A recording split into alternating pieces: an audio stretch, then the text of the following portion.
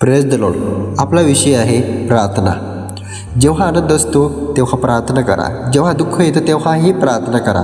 जेव्हा मार्ग दिसत नाही तेव्हा गुडघ्यावर या आणि प्रार्थना करा. देवाचे वचन आपल्याला सांगत आहे, सर्व प्रकारच्या प्रार्थना व विनंत्या करून प्रत्येक वेळी आत्म्यामध्ये प्रार्थना करा. इथे 6 आणि 18 वचन म्हणतं. समस्या मोठी असो किंवा लहान असो, देवासाठी काहीच अशक्य नाही, कारण देवाचं वचन म्हणत आहे. फिलिप्पियर 4 आणि 6 वचन. कशाचीही चिंता करू नकोस, पण प्रत्येक गोष्टीत प्रार्थना व विनंतीने आपली मागणी देवाला कळव. आज जर तुमच्या मन थकलेलं असेल, आज जर तुमचे निर्णय असू असतील, तर लक्षात ठेवा, प्रार्थना ही शेवटची नाही, तर तीच पहिली शक्ती आहे. चला आज आपण ठरवूया, प्रत्येक वेळी प्रार्थना करू आणि प्रत्येक समस्येसाठी देवाला विनंती करू आणि त्याच्यावर आपण विश्वास ठेवू. देव तुमच्यासोबत आहे. देव तुम्हाला आशीर्वादित करू.